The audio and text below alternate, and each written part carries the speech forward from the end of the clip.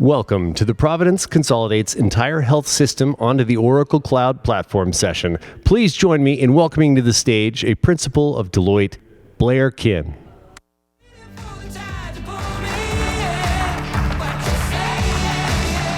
Well, thank you all for joining us. I appreciate you guys taking the time out of your busy schedule to come hear Providence's story. It's something I'm very proud of, and I'm really excited to walk you through their experiences. We've kind of set this up. We're going to take you through a little bit of background on Providence at the beginning so you have some context to the solution. And then towards the back half, we're going to do a little bit more of a Q&A and really make sure we're sharing their experiences. When we talked as a group, I think everyone knows you need a governance structure. I think everyone knows you need a testing plan. But what a lot of clients don't know is, what does it really feel like? What's the experience? How is this journey? It's a big endeavor. It's an incredible accomplishment by the organization. So with that, let me introduce up to stage Gaurav Dhiman, Jeannie Malinowski, and Hashim Simjee.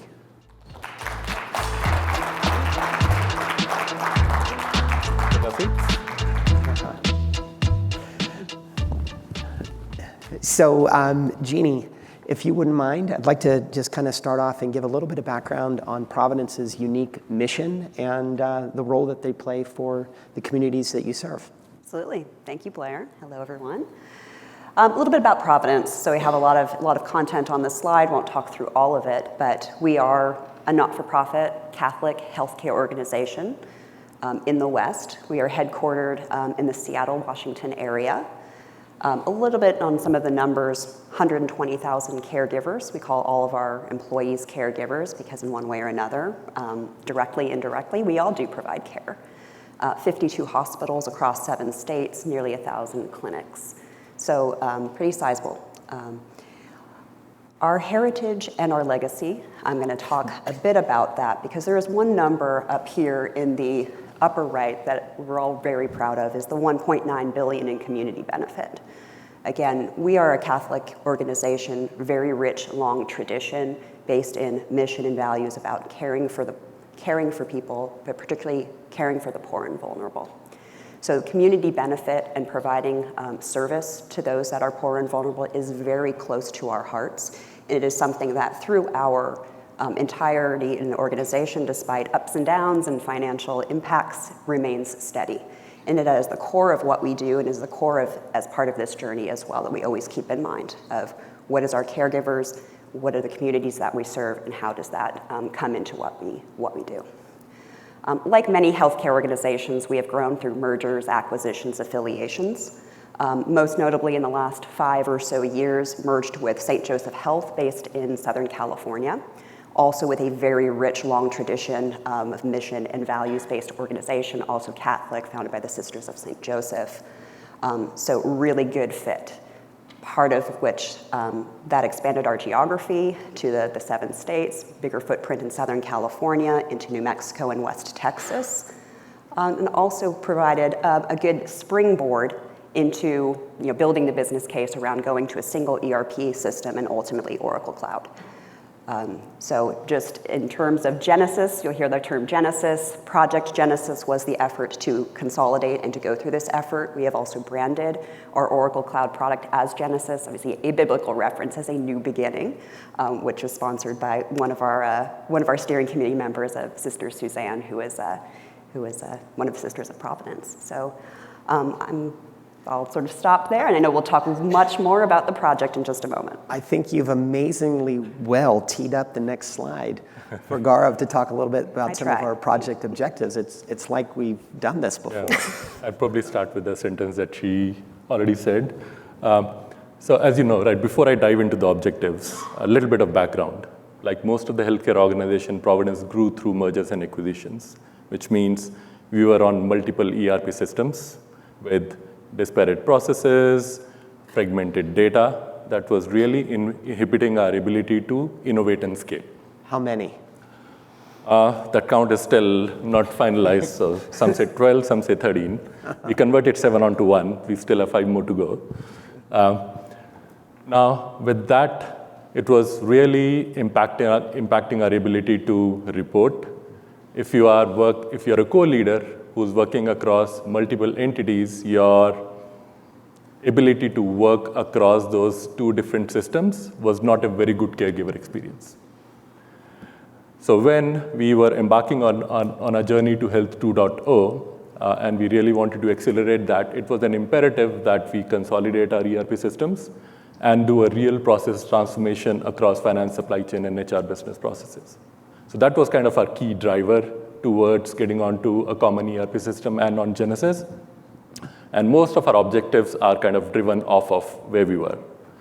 So first thing that we did want to do was, it was not a system implementation only for us.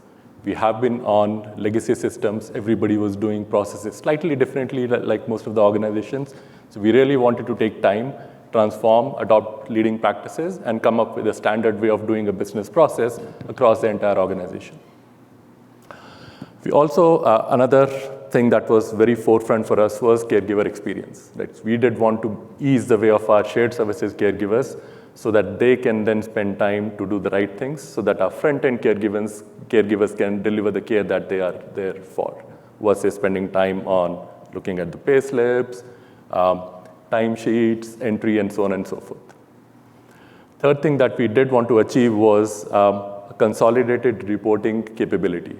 And as you know, with multiple systems, you'll have to take data outside in a data warehouse anytime you need a report. A very simple thing like Sprint Analytics, you needed a data warehouse to get to that. So that was, again, one of our objectives, get to a common structure, common platform, so that you can have the data and analytics to really provide you the insights to take the decisions that we needed to do. Scalability was another aspect, right? So there was a lot of evolvement that has happened in the last 5 to 6 years in our business model. I know healthcare is primary, but we also have a high school, we have a university, we have for-profit part of our business, we have a health plan, and we have a captive center in India. Right? So we did want to make sure that the ERP system that we are implementing, the design that we are putting in place, can cater to all those entities' business requirements. So that was also one of the key objectives, both as part of selection and design and implementation. The last one to highlight was, as we were looking to really transform ourselves, it was not only a system transformation. Right? Shared services, we operate in shared services model where finance, supply chain, HR, and IS all are a part of shared services entity that serve the entire organization. So we really wanted to excel in the support that we deliver to the entire organization so that then they are enabled to do the care. So that was the last objective. And as usual, most of the projects cost, simplifying a landscape, those were a few things that we also had. Doesn't sound like you wanted to accomplish that much. I mean, that's kind of what I think everyone in this room wants to achieve with their programs as well, but it's a lofty set of goals. Moving forward, could you talk a little bit about how that translated into your program scope? Okay. And as if the size of our organization was not a challenge enough, we took on a big scope. We did a big bang across finance, supply chain, and HCM, across all our ministries. We did very consciously decided to do waived deployment of supply chain. That we knew that the caregivers that are on ground needed extended hands-on, foots on the ground support. So rather than going live on supply chain across all the 52 ministries or hospitals, as well as clinics, as a part of our core go live, we limited it to just 3 hospitals, but still full functionality. When you talk about our functionality for any healthcare organization, right, in supply chain space, it'll be your procure to pay work stream, your purchasing, requisitioning, invoicing, and others. Then you'll have inventory management and planning, right? So we'll have inventory management, power management, replenish, business planning. We had our full-scale HR functionality in scope. Core HR, talent management, talent acquisition, recruitment and benefits. As a part of this effort, we also consolidated the 2 instances of Kronos that we use for timekeeping, scheduling, and workforce management onto one. So we decided to stay on Kronos versus converting onto any other product, but we did have to do a consolidation of Kronos across multiple entities. And last but not the least, financials. Again, all core financials. We had GL, fixed assets, cash management, projects and grants, everything was in scope. One thing that we did not touch was EPM. So we had EPM on-prem, Hyperion applications already implemented, before we started Genesis.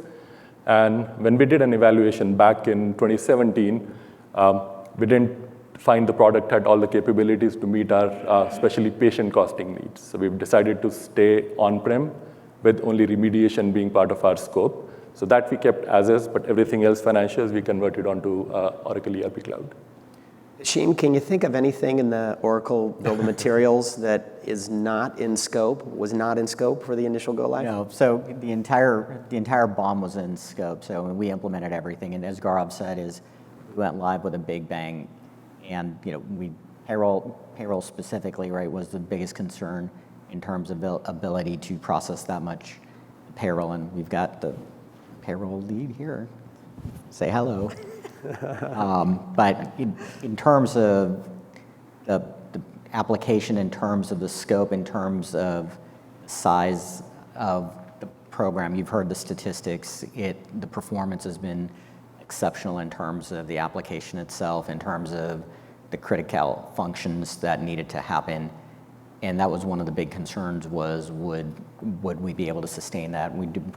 You can do all the performance testing, but when you cut over, when you go live is kind of really where rubber hits the road kind of thing. And Oracle did a phenomenal job. The team has done a great job in implementing everything. And as Gaurav said, as we're rolling into each of the various hospitals and regions, as we're deploying hospitals, things are continuing to just go smooth. We have deployment challenges like you would have in any case, but there has been no material issue from an application standpoint. We're ending hypercare now and are finding that we're coming down to some of the normal operational issues from an HR pay standpoint. I think we've got the normal issues for data conversion for the AP and procurement side, and things are really kind of stabling out and looking at now optimization opportunities for the next set of kind of figuring out where we go from here.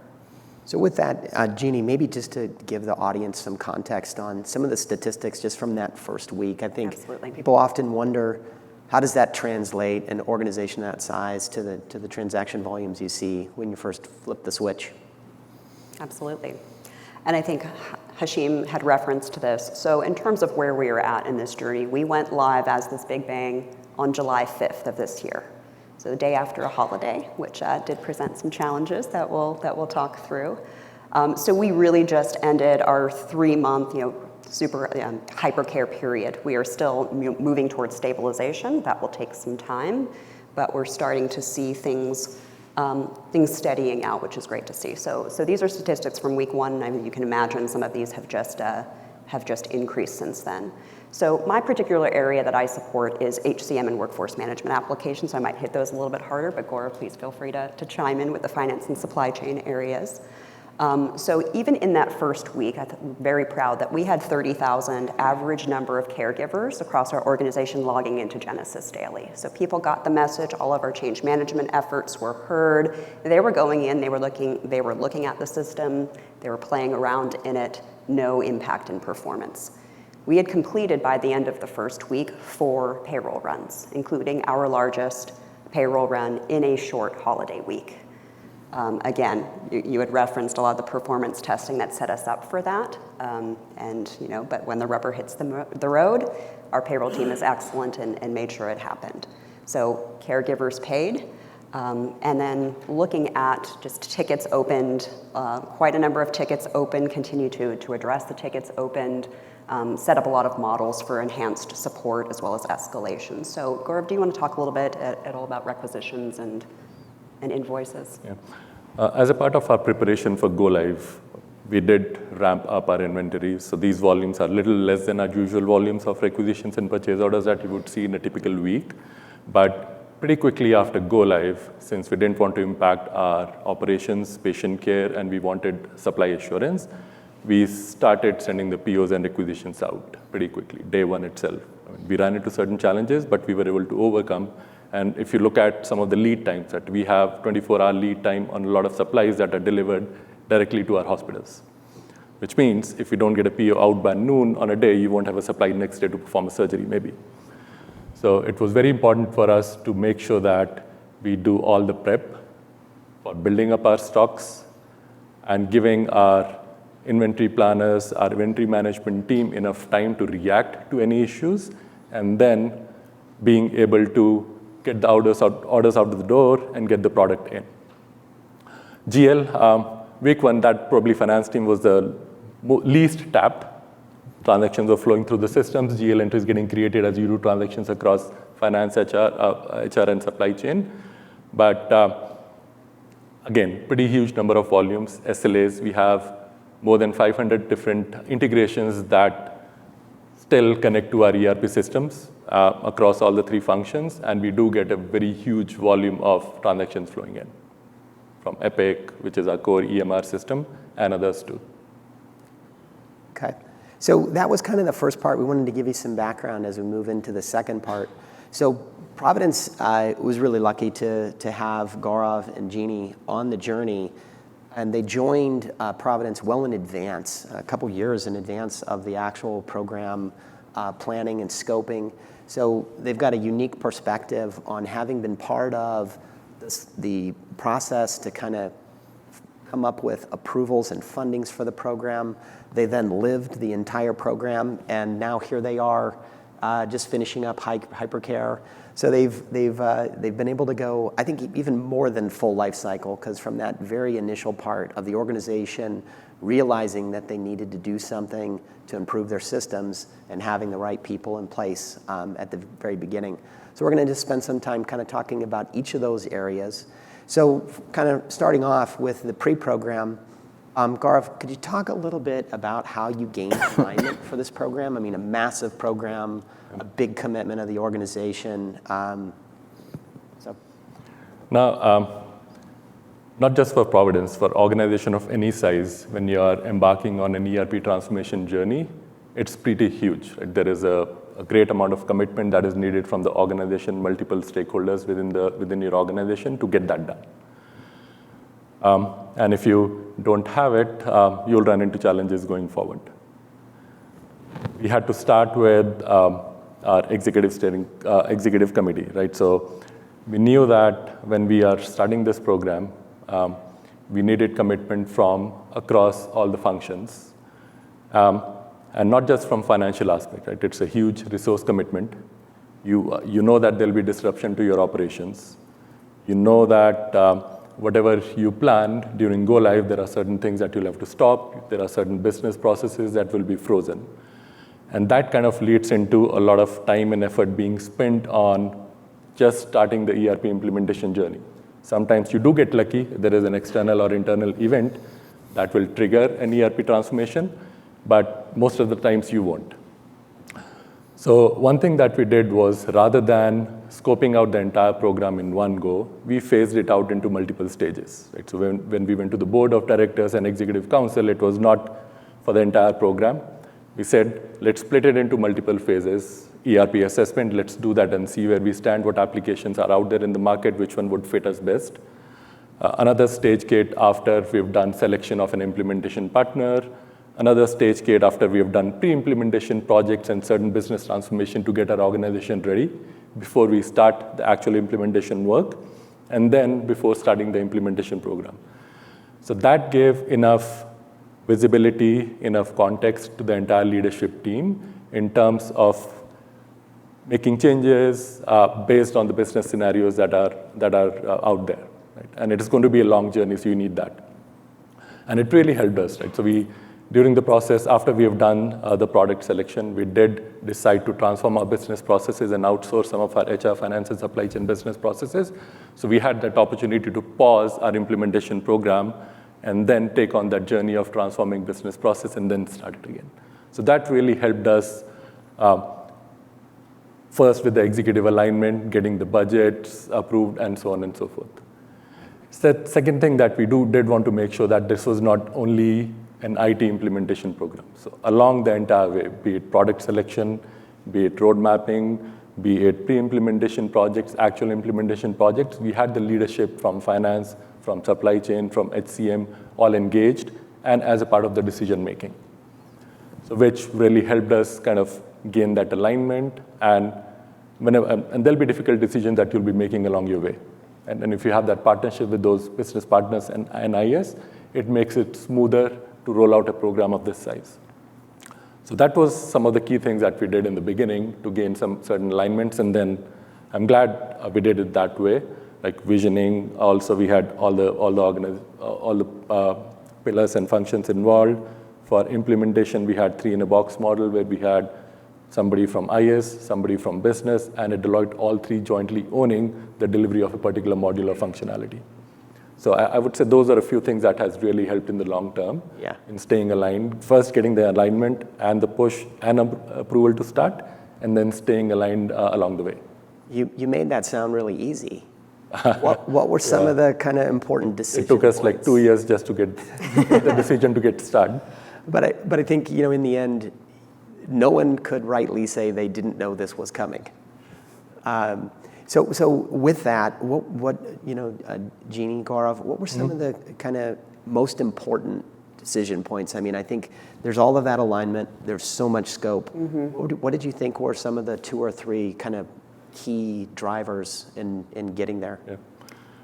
First one was to start the program. Glad I didn't have to take that. Jokes apart. So there were certain key decisions if I were to group them into 3 categories. First was our product strategy itself. Second was the business partner that we would work with. And third was our deployment approach, right? And then there were like multiple decisions that we've taken through the program. In terms of product strategy, right? So we started our ERP assessment in 2017 when a lot of cloud vendors were still coming out with new functionality in their product and they were not mature enough, especially around supply chain area. There was also, the market was not yet settled on best of breed hybrid cloud versus a more integrated cloud platform. But we very consciously, right in the beginning, decided that we are going to go with an ERP that is on cloud versus even looking at any on-prem solution. And we would be on an integrated ERP cloud versus best of breed and multiple products. Then second thing was business partners. As you said, this was not just a system implementation for us. We had to go and really transform the way we operate our business, standardize, adopt leading practices. So selecting the right system implementer or a partner that we would do this with was very important. And we're glad that we had Deloitte who can brought in the thought leadership from the market, what they've done at other clients, and what they've seen at other healthcare organizations to really help align our business processes and standardize those. And the last one was deployment approach. And earlier I talked about we went big bang. And there were multiple stages in the program where we had to reevaluate that decision because of COVID push and so many other factors. But given the technical debt that we had, given the application that we had, and the transformation that we were doing across all the functions, like chart of accounts, job code standardization, and within finance transformation, supply chain, consolidating the data across multiple systems, there was no way we could have operated with only one function on a cloud in an efficient manner. So in the beginning itself, we decided that we are going to do it big bang. We'll go live across all the 3 functions together. And we very consciously decided that supply chain is going to be waived out given the amount of support that is needed in our ministries, and anything going wrong there can impact our patient care. I think some of those are the key decision points in terms of how the program was structured. Yeah. Anything, Dini, you wanted to add? I think I'll just echo some of what you had said, because I think setting up from the beginning of going through RFPs for selection of software, all of that alignment, this was really a joint ownership. This was an organization-wide joint ownership, everybody in it and deciding to go together. And just going to be transparent, I mean, we did not stick to our original go-live date. You referred to, there was a pandemic that hit us. I mean, we had to pivot as an organization to make sure we were responding to the COVID pandemic. It did put our program on pause for a bit, but we picked it back up and we continued to move forward together. There were many opportunities at which we could say, do we split this up? And there was the commitment across the board of, no, we are in this together. We will continue this to the end together. So I think that's just something I really wanted to echo there. In terms of some of those decisions, because again, it was no, we're going to go together. I think that was one area. If we're talking maybe specifics in terms of what kind of highlights to me, and you might see some grins from some folks who are familiar with the program, was one thing that stands out to me as a challenge that we had in sort of overall decision or design decisions was around our premium pay functionality.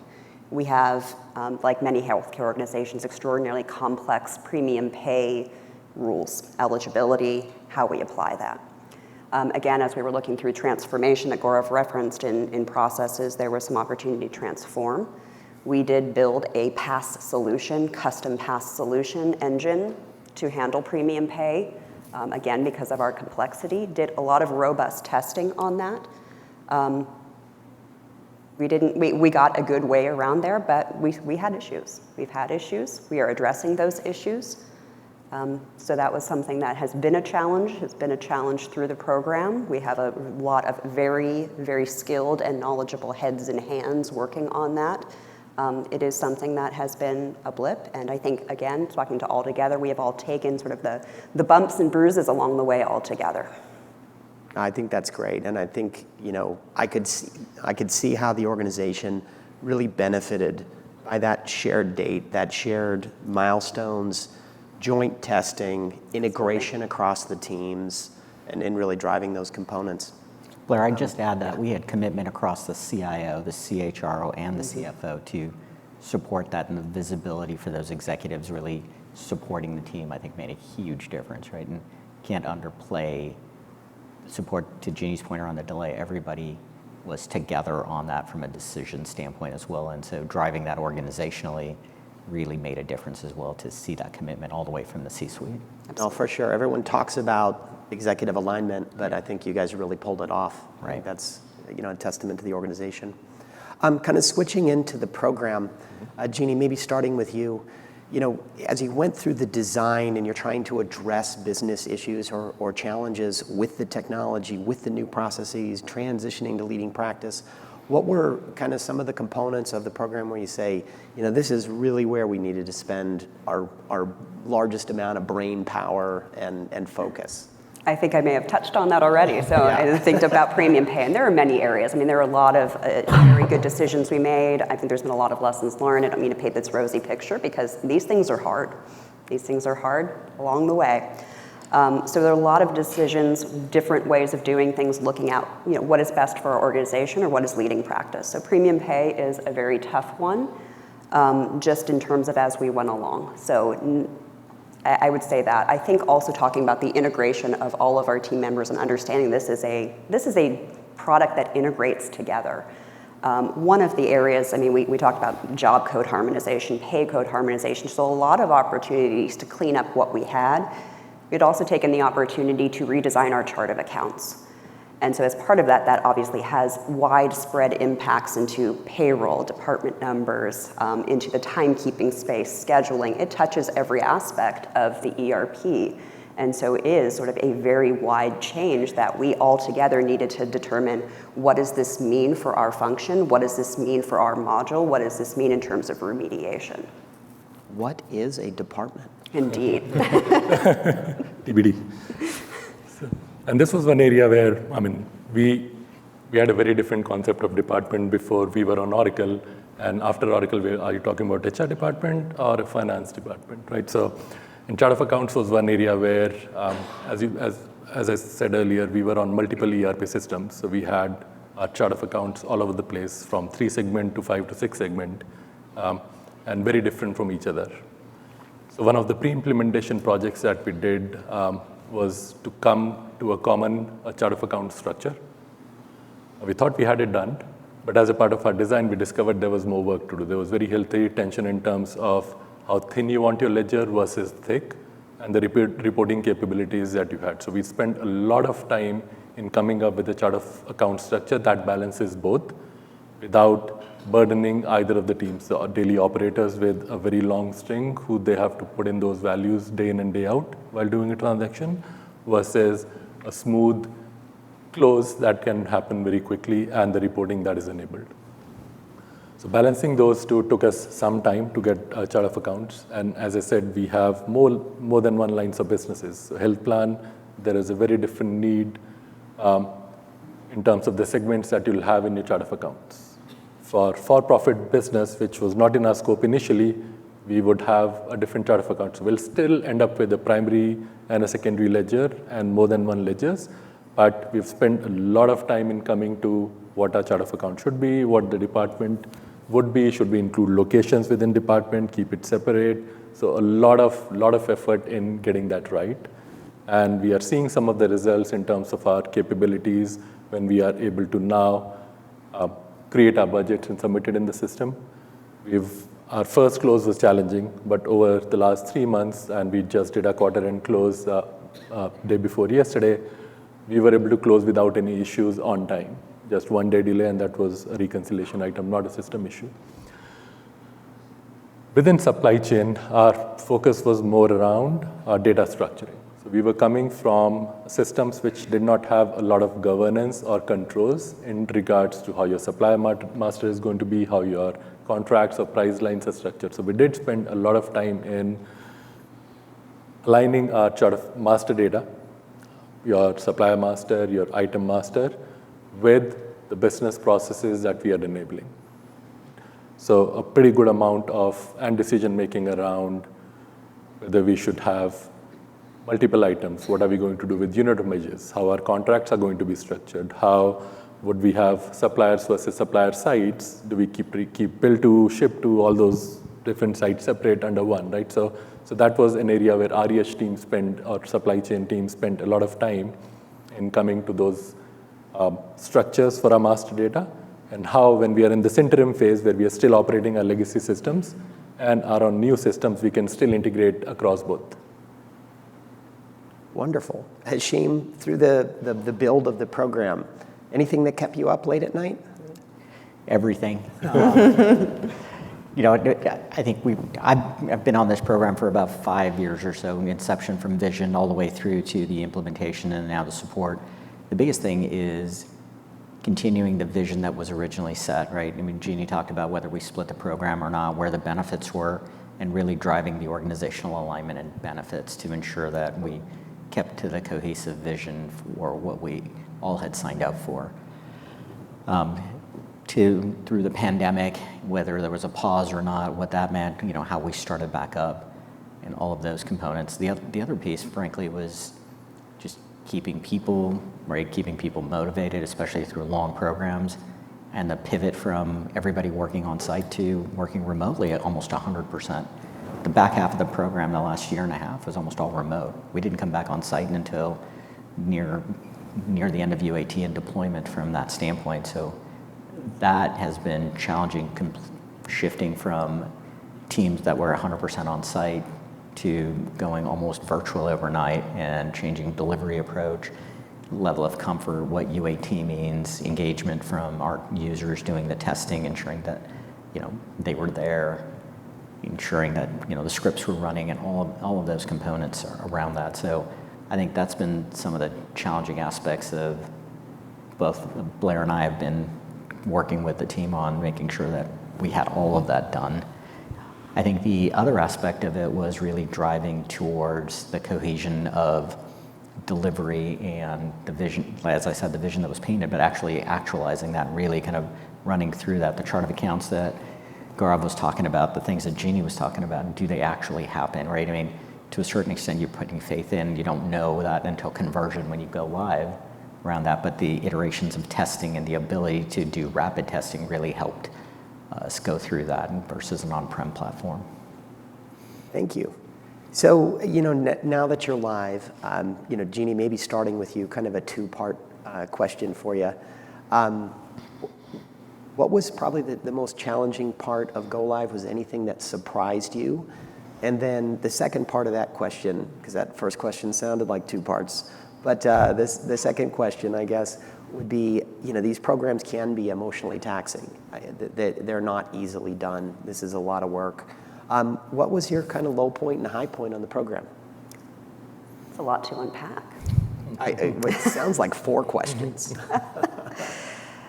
What challenges do we face at Go Live? I think there were many, but I also think I want to make sure, we talked a lot about the successes and a lot about those metrics. And I think ultimately, and I am very proud of all of the effort that this team had put in. We accomplished a significant amount. This is a massive undertaking. We always knew, I think everybody at varying levels, because we had our Deloitte partners, we had our partners in Oracle who have been through this many times. We have a number of experienced caregivers at Providence who have been through these types of things multiple times. We have many caregivers who have never been through an ERP implementation. So the expectations varied. I think we always knew nothing is perfect. It's not going to get turned on and everything just works exactly how you want it every second of the day. We knew we were going to have issues, and we did have issues. We set up structures to make sure that we could highlight them. There are a lot of things that we all personally did, and within teams do our kind of pre-mortem and kind of racking your brain of what-if scenarios. I think there were some areas that we were well covered. I think there were other areas that were a little bit surprising. So I think some of which continues to be a challenge today is the separating out of what is business as usual and what is related to the program. Because I think a challenge is you turn something like this on and Genesis came, new system came, and everything fell apart, which is absolutely not the case, but can be the perception. So we had a lot of things that, every pay cycle that we go through, there are things that happen. There are caregivers who, forget to put in their time, and therefore their paychecks are a little bit off. So it's separating out sort of what are those things that have been happening every pay period prior to us implementing a new system, and what are the things that maybe the new system has introduced. And I think being able to sift through those, not that we don't need to address all of them, takes a lot of attention, takes a lot of brain power. I think in terms of talking about the emotionally taxing, I think that adds to it. I think back to one of our leaders having talked about, I am not a runner, but equating it to a marathon, or even an ultra marathon as it were. And there's a point in a marathon, as I hear, called the 18th mile, at which your body, your mind hits the wall. And remembering that this, as we are prepping for cutovers, we're prepping for go live, that is not the finish line. That is the 18th mile. There is more to come. There is hypercare, there is stabilization. I'm a firm believer in how do we motivate of, burnout and motivation being a very personal experience, and what works for you does not work for everybody else. But I think we had those great partnerships of, sometimes pulling each other, sometimes pushing each other, sometimes, digging deep on the self-motivation. And there were probably times that I don't want to speak for everybody, but I would guess that everybody at some point was driven on pure, adrenaline and force of will alone. So it is very emotionally draining, and we were at this for 4+ years, 5 in Hashim's case. So I think it's just an expectation of we reached, not quite the finish line, but a very huge milestone in go live, and then it was.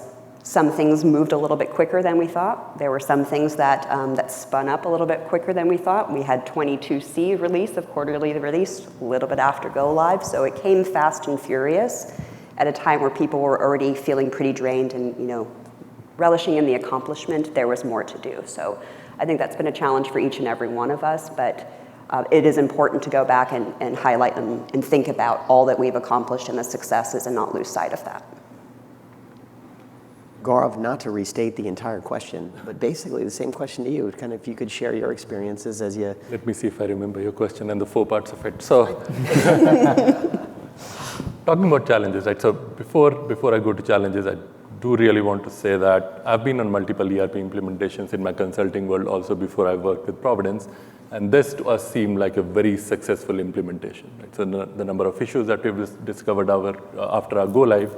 And then we had the collective brain power of a lot of leaders who've already done these programs earlier, both from Deloitte, our side, partnership with Oracle, where we did make sure that we had a very comprehensive deployment approach, program, change management approach. But despite all of that, you'll have issues after go live. So we did have a very comprehensive change management approach across all the pillars, learning, engagement, and communications.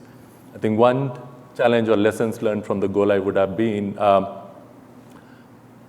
I don't think, even though we felt there is adequate communication, one area that we could have done better is around expectations management, right? So a lot of leaders, for us, having, let's say, 18,000 issues in 1 week post-go live when you're running your payroll is pretty good, but that was not the perception that everybody had in the organization, especially if you're a caregiver whose payroll is impacted or payslip is impacted, right? So I think that's one area where we could have done a better job in terms of setting that expectation upfront, not just with the leadership and core team, but across the entire organization.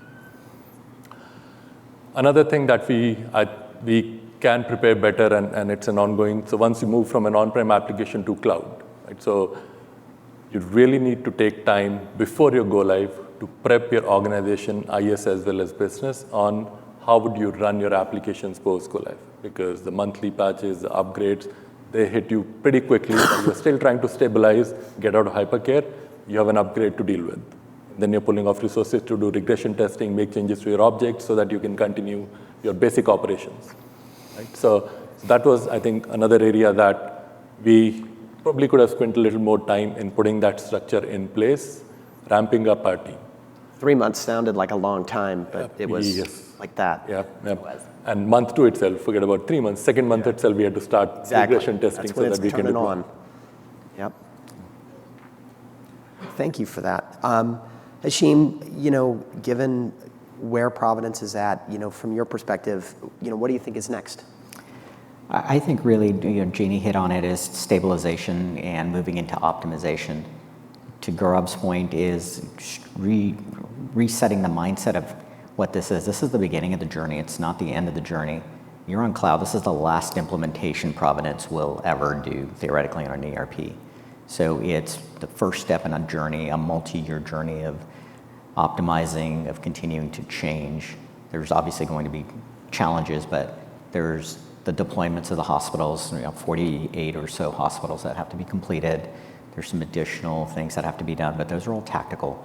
As you start thinking about reorienting the organization to take advantage of the data that Gaurav was talking about, the ability to look at consolidated payroll for the first time, what this does to the DSS and the costing application, the power that it's allowing Providence to do is going to be phenomenal, right?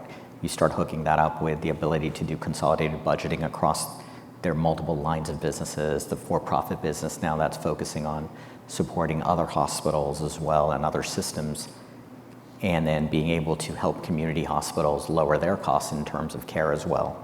So I think the ability for Providence now to pivot to other opportunities in the future, this is significantly enabling that on that side. On the other side, to the caregivers, as you start thinking about the impact to the caregivers, it's improving the overall operations for staffing, looking at the ability to start mixing staff and not necessarily having to burn nurses out, having to be able to layer ML, machine learning, and AI on some of this to do predictive staffing. This kind of next generation capabilities are all out there. So I think this will start to leapfrog the ability. Providence has gone from some mainframe-ish like systems in parts of their organizations to being leading edge, if not bleeding edge in certain cases. Thank you. So I just wanted to take a moment and thank you for being such wonderful representatives of Providence. I think you really represent the organization well. From a personal standpoint, I'm incredibly proud of the work that the combined teams have done across the IS, the business, Oracle, and Deloitte. We definitely had our challenges in front of us, and I think as a team, we pulled together. We didn't panic. We focused on solutions, and we worked towards solutions. I've had the opportunity to do a number of these really large, complex transformations. This is by far the biggest and the most complex I've ever been a part of. And it's really been wonderful to work with the Providence organization. I'm looking forward to turning on another 12 supply chain locations here in a couple weeks. Yep. And I guess with that, I just want to thank you all for taking the time and coming and talking to our audience and sharing your experiences, because I think they are unique. I think what you've accomplished and what you've accomplished with the organization is truly outstanding. So thank you very much. Thank you. Thanks for the partnership. And as Harsh was saying, that we've only laid the foundation as of now, even though it feels like a lot of work. But there are great things that we are going to achieve after what we've accomplished so far, be it reporting, be it AI, machine learning, digital assistant, other capabilities. Once we've stabilized our system enough, and once we have the entities that are still in the need of a modern ERP system onto our Oracle Cloud. So good things to look forward to. All right. Well, thank you very much. Thank you.